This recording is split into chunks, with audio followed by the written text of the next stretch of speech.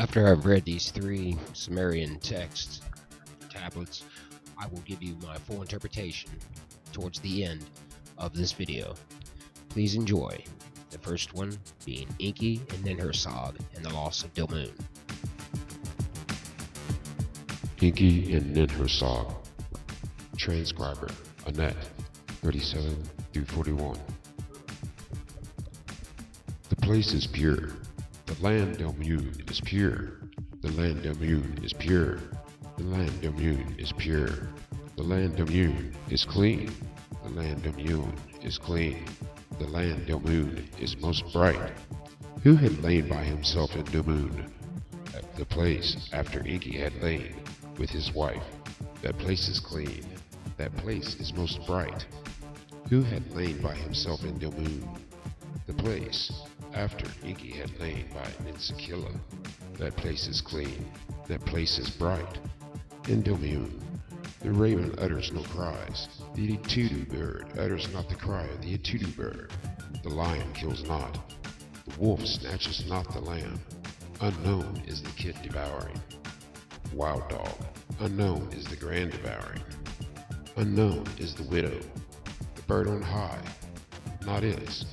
The dove droops not the head. The sick-eyed says not, I am sick-eyed. The sick-headed says not, I am sick-headed. Its old woman says not, I am an old woman. Its old man says not, I am an old man. Unbathed is the maid, no sparkling water is poured in the city. Who crosses the river utters no. The wailing priest walks not round about him. The singer utters no wail. By the side of the city he utters no lament. Then Sakila says to her father Enki, the city you have given, the city you have given, your, Dilmun, the city you have given, the city you have given your, has not of the river, Dilmun, the city you have given, the city you have given your. Father Enki answers Ninsakila, his daughter, let Utu standing in heaven, from the breast of his, from the of Mama, the mouth from which issues the water of the earth, bring you sweet water from the earth. Let him bring up the water into your large. Let him make your city drink from it waters of abundance. Let him make Dilmun drink from it the waters of abundance. Let your well of bitter water become a well of sweet water. Let your furrowed fields and farms bear your grain. Let your city become the banquet house of the land. Now Utu is, Utu standing in heaven. From thee the breast of his, from thee of Mama, the mouth from which issues the water of the earth, brought her sweet water from the earth. He brings up the water into her large, makes her city drink from its waters of abundance, makes Dilmun drink from it the waters of abundance. Her well of bitter water, truly it is, become a well of sweet water. Her furrowed fields and farms bore her grain. Her city, truly it is become the banquet house of the land. Dilmun, truly it has become the banquet house of the land. Now Utu is, truly it was so. Who is alone before the wise Nintu, the mother of the land? Enki before the wise Nintu, the mother of the land, causes his penis to water the dikes, causes his penis to submerge the reeds, truly causes his penis to, thereupon he said, let no one walk in the marshland. Thereupon Enki said, let no one walk in the marshland. He swore by the life of Anu, his of the marshland, Enki, his semen of Damogunanuna, poured the semen in the womb of Ninharsag. She took the semen into the womb. The semen of Enki, 1 day being her 1 month, 2 days being her 2 months, 3 days being her 3 months, 4 days being her 4 months, 5 days being her 5 months, 6 days being her 6 months, 7 days being her 7 months, 8 days being her 8 months, 9 days being her 9 months, the months of womanhood, like like good princely fat. Nintu, the mother of the land, like fat, like good princely fat, gave birth to Ninmu. Ninmu at the bank of the river. Enki in the marshland looks about. He says to his messenger, Isamud, shall I not kiss the young one, the fair? Shall I not kiss Ninmu, the fair? His messenger, Isamud, answers him, kiss the young one, the fair. Kiss Ninmu, the fair. For my king I shall blow up a mighty wind. I shall blow up a mighty wind. First he set his foot in the boat. Then he set it on the dry land. He embraced her. He kissed her.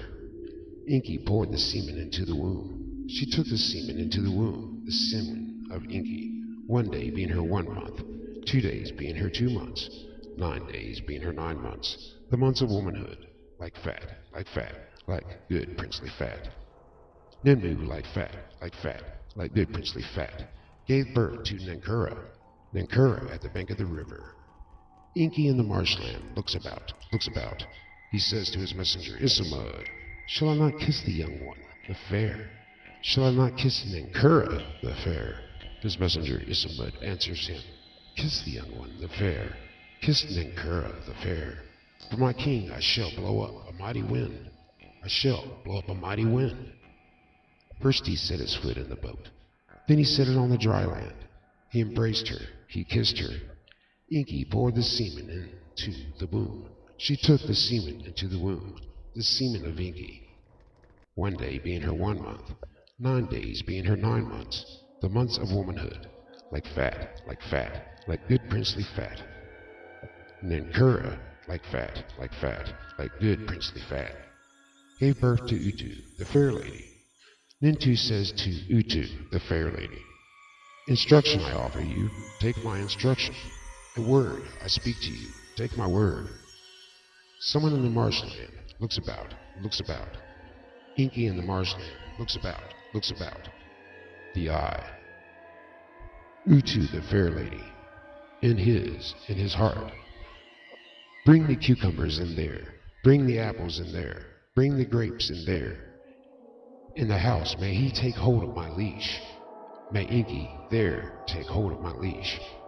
A second time, while he was filling with water, he filled the dikes with water, he filled the ditches with water, he filled the uncultivated places with water. The gardener, in the dust, in his joy, he embraces him. Who are you? Who? My gardener? Enki answers the gardener. Bring me the cucumbers in there. Bring me the apples in there. Bring me the grapes in there. He brought him the cucumbers in there. He brought him the apples in there. He brought him the grapes in there. He heaped them on his lap. Enki, his face turned green. He gripped the staff. To Utu Enki directed his step. Who in her house open? You are you. I, the gardener, would give you cucumbers, apples, and grapes, as so be it. Utu, with joyful heart, opened the door of the house. Enki to Utu, the fair lady, gives the cucumbers in there, gives the apples in there, gives the grapes in there. Utu, the fair lady, thee for him, thee for him. Enki took his joy of Utu. He embraced her, lay in her lap. He, the thighs, he touches thee. He embraced her, lay in her lap. With the young one he cohabited. He kissed her. Enki poured the semen into the womb. She took the semen into the womb, the semen of Enki. Utu, the fair lady. Inharsag, the semen from the thighs. The tree plant sprouted. The honey plant sprouted. The roadweed plant sprouted. The plant sprouted. The thorn sprouted. The caper plant sprouted. The plant sprouted. The cassia plant sprouted. Enki in the marshland looks about. He says to his messenger, Isamud, of the plants, their fate. What prey is this? What prey is this? His messenger, Isamud, answers him. My king, the tree plant, he says to him. He cuts it down for him. He eats it. My king, the honey plant, he says to him. He plucks it for him. He eats it. My king, the roadweed plant, he says to him. He cuts it down for him. He eats it. My king, the plant, he says to him. He plucks it for him. He eats it. My king, the thorn plant, he says to him. He cuts it down for him. He eats it. My king, the caper plant, he says to him. He plucks it for him. He eats it. My king, the plant, he says to him. He cuts it down for him. He eats it. My king, the cassia plant, he says to him. He plucks it for him, he eats it. Of the plants, Enki decreed their fate, knew their heart. Thereupon Inharsag cursed Enki's name. Until he is dead, I shall not look upon him with the eye of life. The Anunnaki sat in the dust. When up speaks the fox to Enlil, if I bring Inharsag before you, what shall be my reward? Enlil answers the fox, if you will bring Inharsag before me, in my city I will plant trees and fields for you. Truly your name will be uttered.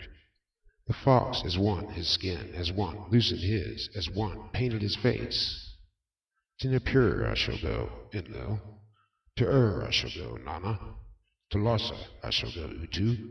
To Erech I shall go, Inanna. Is my name bring, Enlil? Inharsag stood by him. Inharsag. The Anunnaki seized her garments, made and decreed the fate, interpreted thee. Inharsag seated Enki by her vulva. My brother, what hurts you? My hurts me. Abu, I have cause to be born for you. My brother, what hurts you? My jaw hurts me. Nintula, I have cause to be born for you. My brother, what hurts you? My tooth hurts me. Ninsutu, I have cause to be born for you. My brother, what hurts you?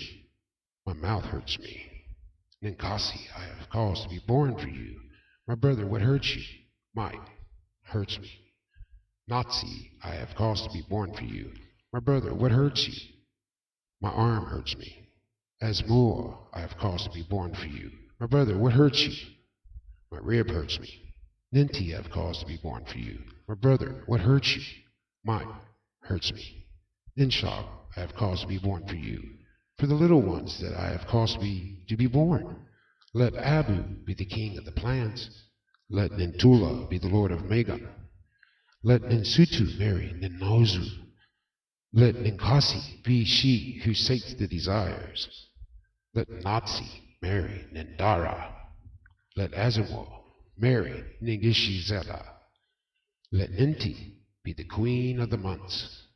Let Insham be the lord of the moon. O Father Enki, praise. And a great example of that from a Sumerian text, showing that this was not creating, and it was DNA manipulation, just like you imagine these EGG Greys, these alien abductions and such. I will give you and read to you a Sumerian text, Enki, Ninmok, and the creation of humankind. So I'll read it, and then we'll give a whole explanation of both these texts in a roundabout way. Enki, Ninmok, and the creation of humankind. Enki, at his mother Namu's word, rose from his bed in Halanka, his room for pondering. He smote the thigh, the ingenious and wise one, skillful custodian of heaven and earth, creator and constructor of everything. Had Iman and Imashar come out, Enki reached out his arm toward them, and a fetus was getting big there. And for Enki it was an awakening to consciousness in the heart, thoughts of his own creator and constructor. To his mother Namu he called out, O mother mine, since the sire who was once provided with air by you is still there, have the gods' birth chair put together. When you have drenched even the core of the Apsu's fathering clay, Iman and Imashar can make the fetus bigger.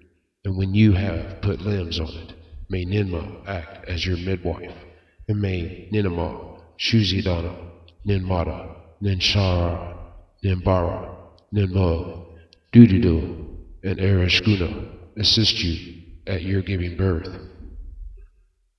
O mother mine, when you have determined its mode of being, may Ninma put together the birth chair. And when without any male you have built it up in it, may you give birth to humankind.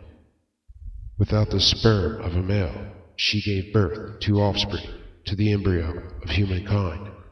When she had broadened its shoulders, she made a hole in the head for the mouth, and enclosed its body in Amanion. Enki tied wool for swathing around it, and its heart rejoiced.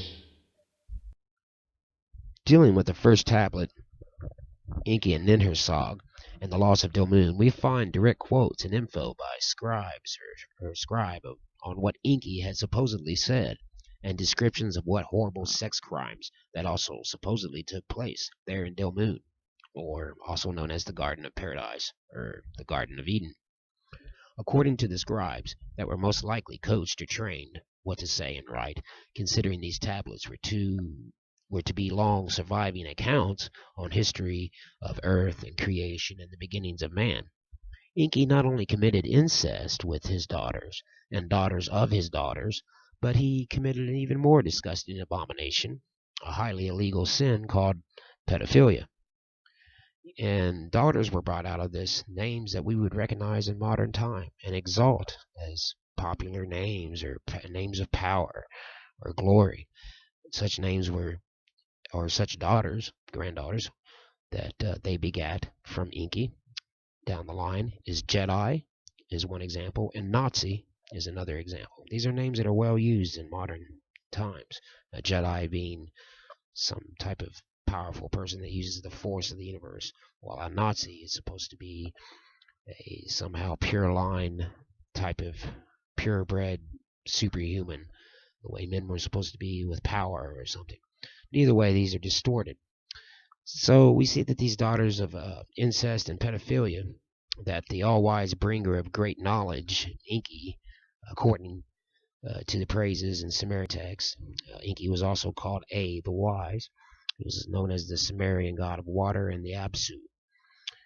Sitchin and others talk greatly about him. I've read a lot about Enki and have found him to be a complete liar, always praising himself.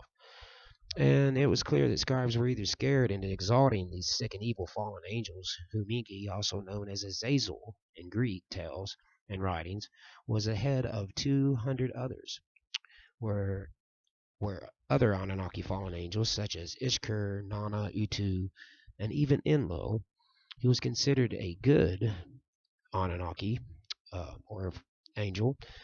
Some people thought he was the angel Michael.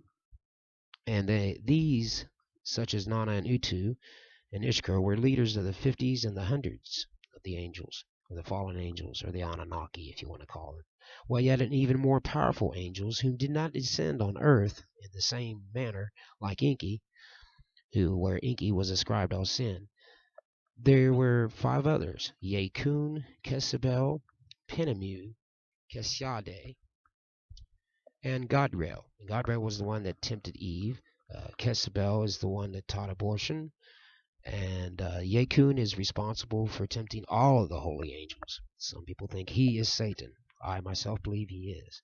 And these were serpent archangels of a race that got demented, became ugly when they fell from heaven. So then we want to talk about the book of Enoch, being the first book of Enoch, and to read the Ethiopic version, not the Slavonic, because the Ethiopic is the rawest and earliest and most pure version. And it speaks of the fallen angels like Azazel. And Azazel, like Enki, was ascribed all sins, also in the book of Enoch. And this one outstanding comparison is just one of many comparisons that positively proves Enki and Azazel are the same. You see, in the next tablet about Enki, though, we'll go into that, and the creation of humankind, we see that it's easy to see in the wording, especially if you aren't from a restarting civilization that had to take off again after a great flood, where you didn't understand gene manipulation and DNA manipulation because it was either forgotten or lost knowledge. And you got to remember, it was right after the great flood, so many things were destroyed. But all this sounds like gray alien abductions or demonic abductions, such as what we hear about today in our UFO tales and such, and sounds like lab work, experimentation for genes and DNA manipulation for reproducing or generating, not creating man, but generating man. See, that fallen angels cannot create, they can only manipulate or generate. But they were using pre-existing man also to make hybrids, and then claiming they were creating new races altogether, which was a bunch of bull, basically. And so now we go to the last tablet, which is a separate Sumerian tablet that has just been found recently by the U.S. military forces, where they raided an ancient temple in Ur, a Sumerian latter-day city, also known as Chaldea or Babylon. This tablet does not seem at all like it was written by scribes or Enki, and this one talks about a man named Utnapishtim, or Suicide, or also known as Noah, and he is warned of a second deluge, one of 5. This tablet also identifies Yah as Yahweh, as the same God as Anu, that the Anunnaki call the chief god, who sends Enlil, the good Anunnaki, or the angel Michael, to go and speak to Utnapishtim, and it tells him to abandon all earthly goods and possessions, to tear down a house, and to seek life and to help others. But there would be a second deluge of fire, which is very important. Now we will read that text, and then we will have a closing statement. In accordance with their wishes, the throne of kingship had been lowered from the heavens. Rights were perfected, divine ordinances were exalted. In pure places, 5 cities were founded. The first being Eridu, the second Batabrut. Uruk was the 4th, and the 5th was Shuraygut, of which Azazel was king. These were the cult centers. These 5 cities were the designated cult centers. A clamor came within the cult centers. A clamor that disturbed the gods. After the cities were destroyed, the cult centers were destroyed. The flood sent to cover all the lands, the destroyer of life. And Azazel on the mountain of Namash arranged 7 and 7 cult vessels, heaped with reeds, cedar and myrtle, and brought the offering to scatter the incense in every direction. And the gods smelled the sweet fragrance. They smelled the sweet fragrance and clustered around the offering like flies. The Lathali arrived. She held up in the air the great fly ornament Anu had made in his honor. I swear by this precious necklace of lapis, I shall be mindful of these days and never forget. Not ever. When Enlil arrived, my wife and I joined the assembly of gods. He touched my brow and her brow, saying, Hitherto Zeus have been a human being. Now he shall be known as Utnapishtim, and he and his wife shall become like us gods. Then we were taken far away to the source of the great rivers. We were taken to the Jihad, Pishon, the Tigris and Euphrates. In that faraway place we dwell. There at the source of the 4 mighty rivers we dwell. Upon arrival there, at the place beyond all lands, Enlil said to me, to Utnapishtim he did say, You the distant one, shall do your Lord Yah's work.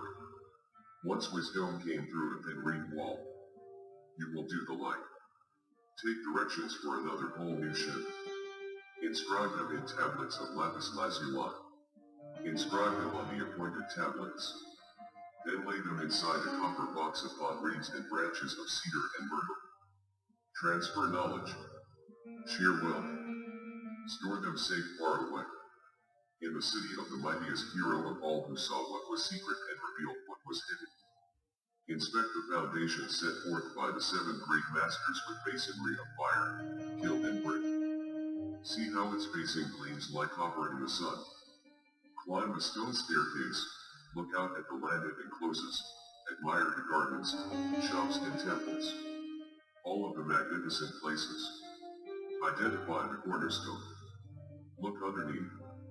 Now in those days, when the world was still anew, Enlil brought forth the tablets. The lamps had only just dried. Read hut, wall, wall. Read hut her hem, wall reflect.